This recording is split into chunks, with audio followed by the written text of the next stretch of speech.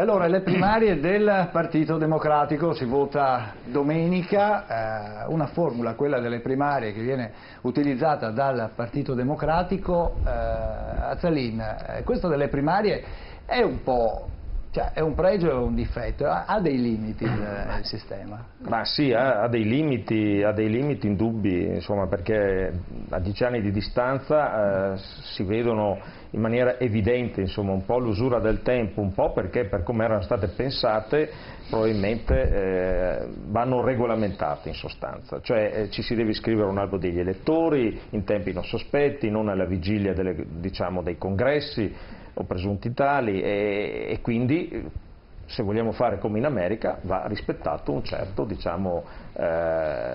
calendario anche di come gestirle, insomma. Invece fare in maniera che siano aperte a tutti così indistintamente, sono sostanzialmente una campagna elettorale di candidati dello stesso partito che si rivolgano all'universo mondo e non solo ai propri aderenti, e questo spiazza i termini della questione, perché alla fine non c'è un momento congressuale vero di elaborazione, di confronto programmatico, perché si aderisce a sostenere un leader o l'altro, ma non c'è in tutta la fase, diciamo, che porta al voto finale un momento di confronto in cui si decidono le politiche.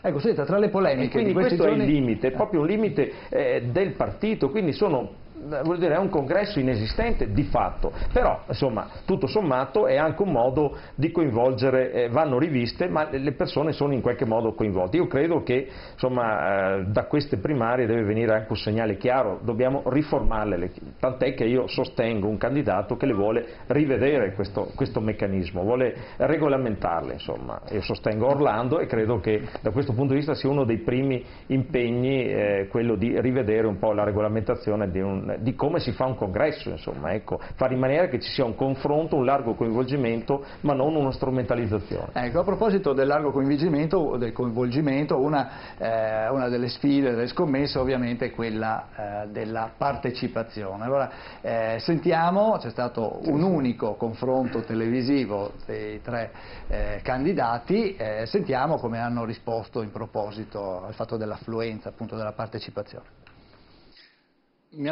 Spero di ottenere il 50% più 1, un voto in più del 50%, se ce la faccio, perché questo vuol dire vincere al primo turno. L'affluenza è una grande incognita, credo che siamo l'unico partito a farle le primarie, tutto ciò che ha la cifra 1 milione davanti va bene. Abbiamo deciso di fare un congresso con rito abbreviato, in fretta durante le feste di Pasqua, e naturalmente non siamo stati in grado di far sapere a tutti gli italiani che queste primarie possono cambiare la storia del nostro Paese, la storia del PD. Possiamo provarci tramite questo confronto. Ovviamente per me, che mi sono candidato soprattutto per salvare il Partito Democratico ed evitare che si facesse un confronto solo tra loro due, va bene qualunque cosa. Anche io avrei voluto un altro congresso, un congresso preceduto da una discussione sul merito delle questioni, che rispondesse alle domande che erano arrivate dal referendum. Non è stato possibile, seguiamo le regole che ci siamo dati e abbiamo scelto insieme. Io credo che più gente verrà e più sarà forte il Partito Democratico. Sto all'asticella che fissò Matteo Renzi nel 2013, le altre primarie, 2 milioni di persone. Per me naturalmente voglio il 50%. Ecco, allora questi i tre candidati, Renzi, Emiliano e Orlando. Azzalin, voleva aggiungere qualcosa dico solo che sulla partecipazione? La partecipazione non è indifferente, insomma, non è che se partecipa 1 milione di persone o 2 è la stessa cosa. È evidente che un livello di partecipazione come indica o si accontenterebbe Renzi non è soddisfacente, tradirebbe lo spirito delle primarie, perché le voglio ricordare che quando è nato il Partito Democratico aveva 1.200.000 iscritti 10 anni fa, fino a 8 anni fa aveva quella cifra lì. Fino a 3-4 anni fa aveva 800.000 iscritti, quindi se noi ci accontentiamo di 1 milione di persone abbiamo fallito quello che era lo scopo delle primarie. Certo, la partecipazione che ricordiamo è un fattore importante anche per il referendum sull'autonomia. Ciambetti, il Partito Democratico è ancora un partito di sinistra secondo lei? Io non mi permetto di entrare in dinamiche interne ad altri partiti, mi pare che alcuni valori fondanti del PD siano stati un po' messi da una parte. Tra l'altro uno dei cardini fondanti del PD era la Costituzione, appunto quella repubblicana, che è stata messa in discussione senza problemi nonostante lo Statuto richiamasse questo valore. Io faccio però una considerazione da esterno, da cittadino. Mi sembra di vedere un Renzi che non ha imparato l'elezione del 4 di dicembre. Mi sembra che l'atteggiamento che aveva prima del 4 di dicembre, che ha stancato gli italiani, che ha portato poi anche al risultato referendario, a Renzi non sia servito. Mi sembra sempre di vedere un uomo solo al comando, con una stretta cerchia di persone attorno. L'uomo solo al comando a me sinceramente fa paura. Sicuramente le dittature costano poco, hanno decisioni veloci, ma hanno anche delle controindicazioni. Il sistema delle primarie lo condivide? Il sistema primarie lo condivido, come diceva Graziano, va anche regolamentato. Ad esempio al nostro interno abbiamo le primarie dove votano i militanti, cioè non è che ci possano essere all'ultimo momento i pullman di persone che vengono portati per sbaglio.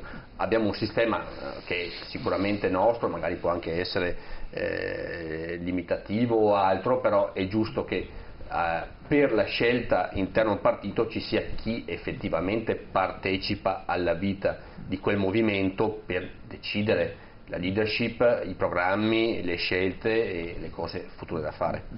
Businarolo, Emiliano più volte in quest'ultimo periodo ha paventato una possibile collaborazione col Movimento 5 Stelle. Lei lo vede possibile? Allora, Emiliano sta governando la regione Puglia e noi lo stiamo criticando molto per il suo operato, perché per certi versi non ci trova, si sta rivelando abbastanza ambiguo, ecco. A me piace vedere che i cittadini possono esprimersi, l'ho ripetuto tante volte questa sera, ma in questa occasione i militanti del Partito Democratico potranno esprimersi. Mi spiace che in altre occasioni non erano da soli, erano accompagnati da questi pullman strani di persone che arrivavano un po' all'ultimo. Mi piace sentire che abbiano intenzione di sistemare un po' questa modalità ambigua.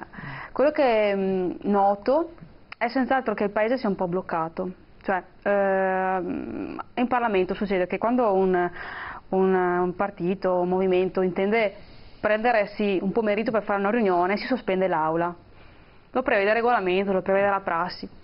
E devo dire che dal 4 dicembre c'è stata una stasi, perché è cambiato il governo e non si aspettava Gentiloni che si desse una mossa, insomma. Io credo che la stasi sia dovuta proprio alla destabilizzazione che c'è stata all'interno del Partito Democratico, che si sta trascinando anche adesso, con in più un governo che fa il burattino di un burattinaio che parla da fuori, perché anche oggi esternazioni dell'ex premier che vanno a incidere sull'attività che vuole ancora da fuori a operare come se fosse ancora un premier, tra l'altro non eletto da nessuno. Questo gli abbiamo sempre criticato, perché era segretario del Partito Democratico, ma poi messo a fare il premier all'interno di un Parlamento in cui non era stato eletto, non era stato votato dai cittadini. Dispiace che in questo trio l'unico che emerge, probabilmente per la sua formazione, per il suo, insomma, per la sua personalità e anche per i sondaggi che insomma, abbiamo già letto, insomma, sia ancora Renzi. Orlando lo conosciamo, è stato ministro della giustizia, è il ministro della giustizia tuttora anche con il governo Gentiloni, è passato abbastanza in sordina come ministro, non è che l'abbiamo visto come dire, fare grosse rivoluzioni, si è trascinato un po' l'attività che aveva fatto chi l'aveva preceduto, quindi la ministro Cancellieri.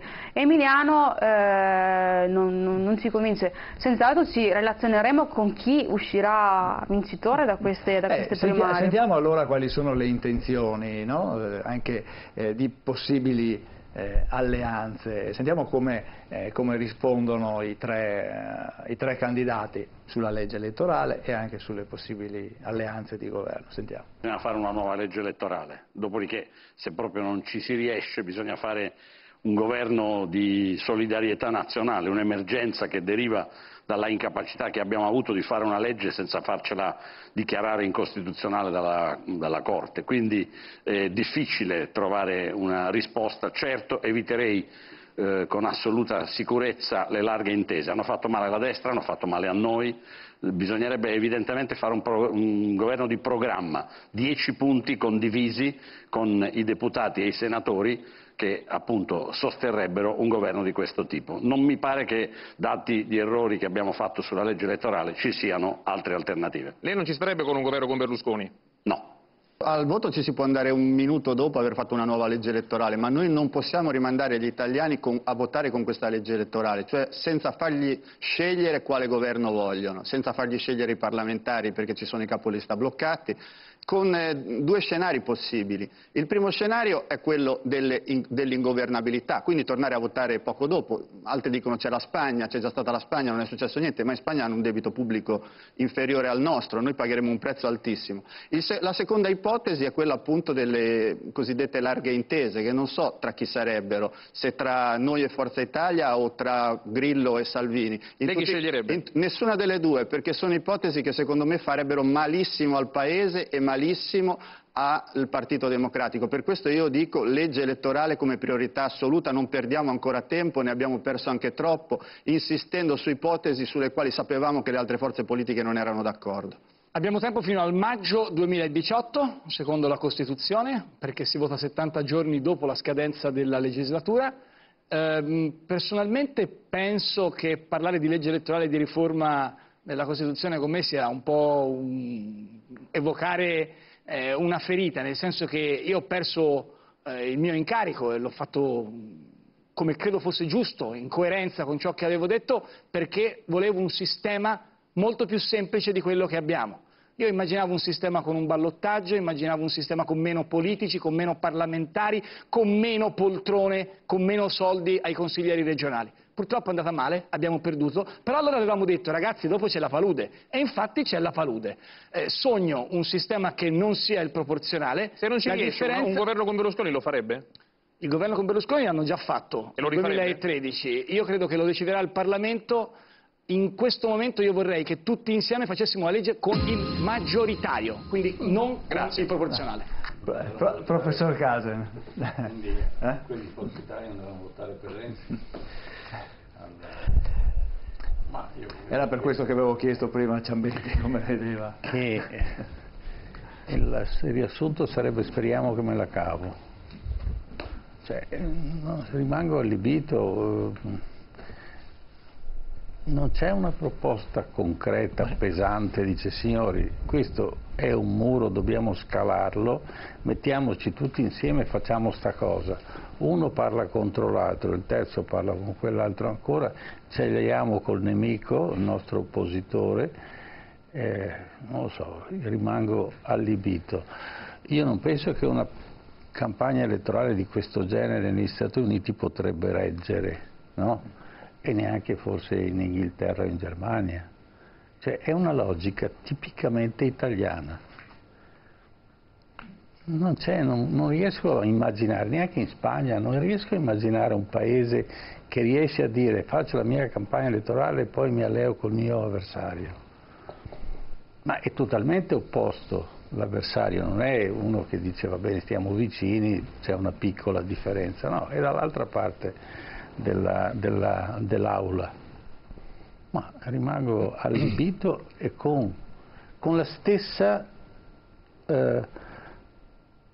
passatemi il francesismo, sfacciataggine con cui Craxi ha detto siamo tutti farabutti, quindi nessuno è farabutto.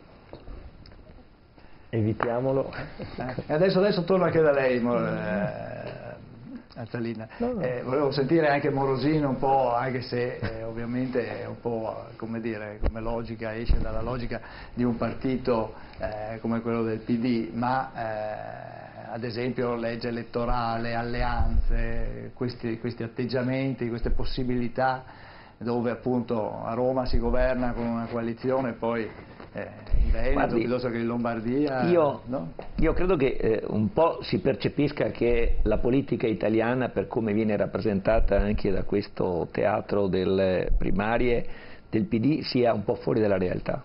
Come diceva il professor Casen, non si percepisce un contenuto di una proposta politica di cambiamento. Renzi ha avuto una scissione interna del PD.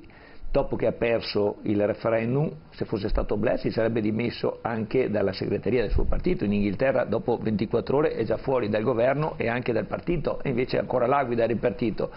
E ha messo fuori il governo, e ha messo fuori una parte della sua opposizione interna che è stata costretta ad andarsene. Ma non è che io veda bene anche questo come una scelta per rafforzare processi democratici. Diciamo, sono tutti giochi, compreso quello che si è discusso in questo dibattito che lei ha ben presentato, come giochi finalizzati a realizzare struttura del partito indipendentemente dall'interesse pubblico. La legge elettorale è vista soltanto in una finalità di salvaguardia dei partiti, non di quella che è la maggior espressione di democrazia, che anche nell'articolo 49 della Costituzione, quando si sono dette due parole sui partiti, come strumento perché tutti i cittadini possano concorrere democraticamente. Ricordiamo che la legge elettorale era uno dei primi punti, credo, del programma di Renzi. No? Certo. La Costituzione diceva che i partiti sono strumento per concorrere in modo democratico a determinare la politica, appunto, nell'interesse della collettività. Io, guardi, di quello che accade all'interno del PD mi interessa veramente poco. Io credo che ormai tutta la rappresentanza politica, con esclusione, lo dico, della novità del Movimento 5 Stelle, al quale noi guardiamo con rispetto, perché hanno rotto gli schemi quantomeno. Mentre la Lega di Salvini, mi dispiace molto per gli amici veneti che stimo quasi tutti, è sulla scia di una scelta sovranista, lepenista, centralista, almeno il Movimento 5 Stelle, noi partecipiamo alle elezioni italiane come singoli, andremo a votare ognuno liberamente, ma non parteciperemo come movimento alle elezioni che non ci interessano, indipendentemente da che si presentasse alle elezioni del Parlamento italiano sarebbe il paradosso dei paradossi. È una strada irta, impegnativa, ma questa è la nostra scelta. E guardiamo con rispetto a chi ha rotto gli schemi dell'immobilismo di quello che è il teatro politico italiano, e quindi apprezziamo lo sforzo dei 5 Stelle e vediamo che tutto quello che accade intorno è un sistema per arginare questa volontà di rottura, tant'è vero che si parla di alleanze o per incorporarli dentro o per escluderli fuori, certamente non guardando all'interesse dei cittadini, che è l'interesse primario a cui tutti dovremmo così ispirarci nella nostra azione politica. Azzalin, abbiamo sentito alcune posizioni che fanno pensare, lo stesso Orlando, se non sbaglio, ha detto se dovesse esserci una sorta di alleanza con Berlusconi chiederà un referendum. È evidente, chiederà un congresso tra gli iscritti e credo che su questo non possiamo essere d'accordo, insomma, ma si sta commettendo, lo diceva prima, devo riconoscere stasera, insomma, a Ciambetti alcune cose su cui concordo, insomma, non si è tratto non è strano, sai, non si è tratta una lezione, non si è analizzato fino in fondo il dato del 4 dicembre, in cui ci si è isolati, si è trasformata una consultazione, quella che era un'ennesima lettura, diciamo, della riforma costituzionale demandata al popolo, perché così prevede la Costituzione, su un plebiscito su di sé. Questo ha trasformato Renzi, perché all'inizio, quando è stata fatta la riforma in Parlamento, i sondaggi davano 70-30, voglio dire, sentirete, dopodiché si è trasformato, visto che c'era questo grande consenso, probabilmente si pensava di dargli anche una connotazione politica, oltre quello che significava, e si è sbagliato, e lì la gente, i cittadini, hanno penalizzato il Partito Democratico, le periferie soprattutto si sono allontanate da questo partito, ed è da lì che bisogna partire e rivedere la propria politica. Ecco perché questa modalità di fare congresso non va bene, perché è una campagna elettorale, ma questi confronti debbono esserci dentro un'assise in cui ci si confronta, si stabiliscono le politiche e poi si vota il leader che meglio può interpretarle e portarle portarla avanti, perché in tutte le organizzazioni, Lega, qualsiasi, i dibattiti sono aspri, opposti, però poi sono interni, poi dopo si elegge il leader e quello è la politica della Lega. Ma questo il PD oggi fa, è evidente che c'è una campagna elettorale e non è compresa, perché diamo l'immagine di un partito diviso e che litiga, ma è così come è connotato, diciamo, questo atipico congresso, che deve essere rivisto, perché non è così che ci facciamo capire dalle persone, non è così che si approfondiscono le politiche.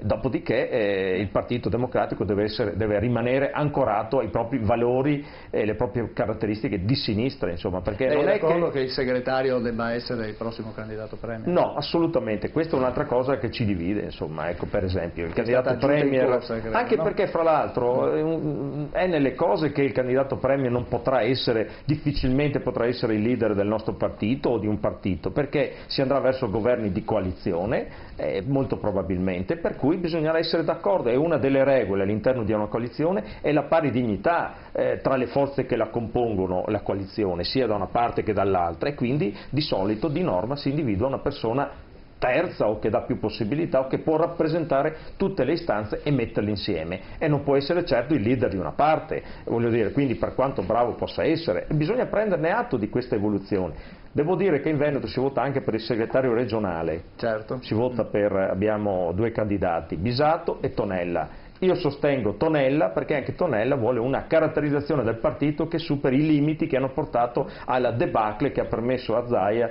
di dettare l'agenda quotidiana e anche quella, diciamo, non quotidiana. Ciambetti, il centrodestra esiste ancora? Adesso qui che stiamo parlando stasera di un possibile governo PD Forza Italia. Se guardiamo ad esempio le grandi città, la sintesi si è trovata. Si corre uniti perché il voto nelle grosse città è anche un voto politico Ho qualche cosa da dire e vedremo appunto c'è qualche sfaccettatura però piccola ma più che altro mi sembrano personalismi. No, beh, comunque la domanda è lecita perché insomma è inutile nascondersi dietro da una parte si fa una alleanza, dall'altra parte è una cosa completamente diversa. Il risultato appunto anche delle elezioni amministrative arriverà a comporre poi un quadro che può essere anche rivolto a livello nazionale. Una cosa mi ha fatto paura di quello che ho sentito adesso, cioè che le elezioni potrebbero essere a maggio 2018, cioè veramente tra un anno? No, mi auguro e spero che le elezioni arrivino molto prima. Sicuramente Mattarella questa settimana è entrato anche nel dibattito, non dico delle primarie, ma di cosa avverrà dopo le primarie del PD, dicendo che deve essere fatta una legge elettorale, e quindi questo allontana le elezioni che Renzi voleva fare il 24 di settembre, però arrivare a maggio 2018 mi sembra veramente un'iperbole che l'Italia non si può permettere. Bosinaro voleva dire qualcosa sul centrodestra? Ma in generale io vedo in Parlamento, ma anche dalla città da cui provengo, insomma, che il centrodestra ha dei problemi evidenti. Manca un leader vero e si sono persi anche un po' i punti di vista. A Verona si è spaccato totalmente, si sono spacchettati, un po' di destra è andata con Tosi, un po' di destra sostiene la Lega, sostiene la destra, cioè il centrodestra così come lo impersonificava Berlusconi non c'è più dal mio punto di vista.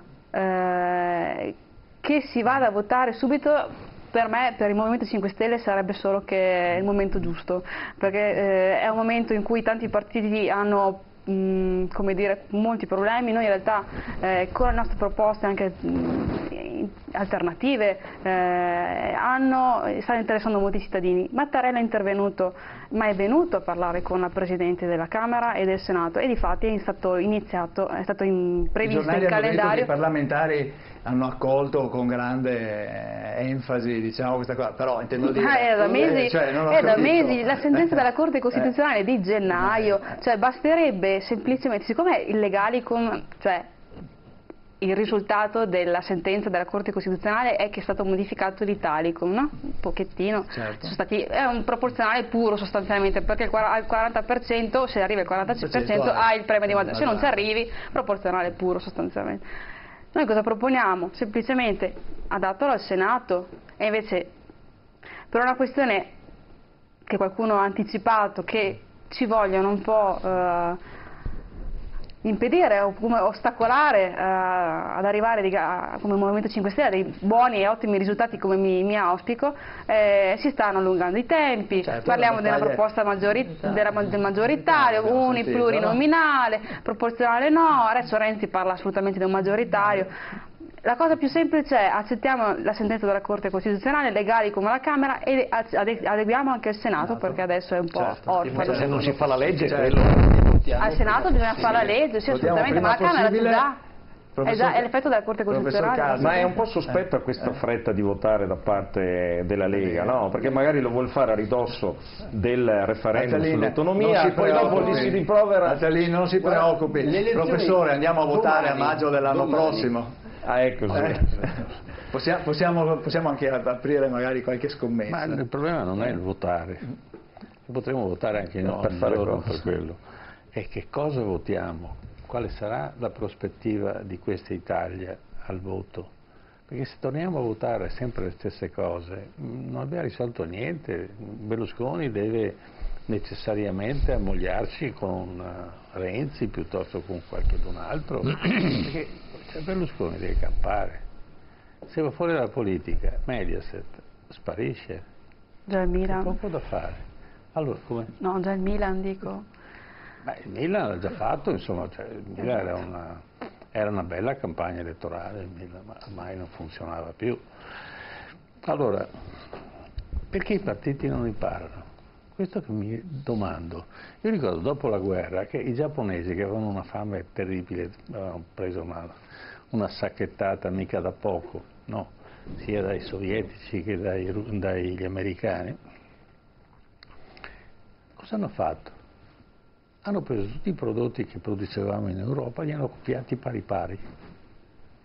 Uguali, le Leica, le macchine fotografiche, i obiettivi, li copiavano pari. Ha detto noi i diritti creativi non li accettiamo, e mettevano sul mercato un prodotto a basso prezzo. Scusate la differenza, ma se 5 Stelle è arrivata dove è arrivata, ma possibile che i partiti non si sveglino e dice proviamo a imparare? Poi per carità dirò sempre male di Grillo perché è un cattivo sicuramente, poi è uno che fa ridere, quindi non è serio, no? Fa le primarie in rete. Fa le primarie in rete, ecco. Evidentemente funziona, cioè, non so se mi spiego. Allora, facciamo qualche cosa e cerchiamo di copiare da uno che ha inventato un sistema nuovo. D'altro canto i media sono quelli e io utilizzo il media che funziona di più. Perché non lo usano anche i partiti? Perché si fanno la guerra tra di loro? Ma in questo momento qualcuno, non voglio difendere Grillo perché si difende da solo, ma qualcuno dice ma Grillo comanda eccetera, ma un partito che è fatto di migliaia di persone di intelligenza, una linea deve essere data e un certo rigore deve essere mantenuto. Dopodiché i cittadini regolarmente voteranno e diranno Greggio Grillo ha sbagliato, non ha sbagliato, eccetera. Così come vale per Salvini. Salvini ha cambiato praticamente la faccia del partito, che era sceso al 4,5, 3,5, abbiamo visto in una delle vecchie trasmissioni che facevamo, è salito a una cifra a due numeri, no? Quindi 15, 16, e dopo vedremo sotto elezioni cosa succederà. E questo è il fare politica, ma il fare politica concretamente, perché abbiamo delle regioni che funzionano e sono in mano a determinati partiti e regioni che non funzionano perché sono in mano ai partiti tradizionali. Questa è la differenza, ma la gente non è cretina. Se quel referendum è stato una catastrofe per il PD è perché la gente non è cretina. Ha detto io quella roba lì, ma non esiste, stavo meglio prima, sto meglio con questo statuto, con questa e non voglio cambiare, non mi interessano le incognite. E ripeto per l'ennesima volta, fu un colpo di Stato questo, perché né Monti, no, né tutti gli altri, compreso Renzi, sono stati eletti. vuol dire che sono stati messi da parte i cittadini e hanno detto noi siamo più io, Re Giorgio, ho detto ne so più di tutti perché sono il più vecchio, ormai ho visto tutto nella vita e vi metto sulla schiena Renzi. No, e noi ce lo siamo tenuti, finché Renzi in maniera improvvida ha chiesto il parere della gente e si è visto cosa è successo. Certo, questo è tutto iniziato nel 2011. Abbiamo capito che andiamo a votare nel 2018, maggio dell'anno prossimo, noi ci fermiamo qua per questa sera, non so se abbiamo la possibilità di vedere ancora il sondaggio della nostra indagine, eccola qua, comunque avevamo capito qual era l'intenzione di voto dei nostri affezionati amici di Facebook, 97,3% per il sì all'autonomia, il 2,7% come inizio non è male. Per il no. Prego. La grafica veramente non rispecchia i numeri, cioè, sia la freccia che anche il colore ha qualcosa che era la start di partenza. Il no è un voto di cuore. È un voto di cuore, ma malgrado il cuore comunque ha raccolto pochi consensi. Grazie a Graziano Azzalin, grazie a lei, a Alessio Morosini, grazie a Roberto Ciambetti, grazie a Francesca Buginarova, grazie all'editore, certo, grazie a tutti quanti, ci ritroviamo venerdì prossimo, come sempre TV7 Match alle 21, noi vi aspettiamo, siamo qua, arrivederci, buonanotte.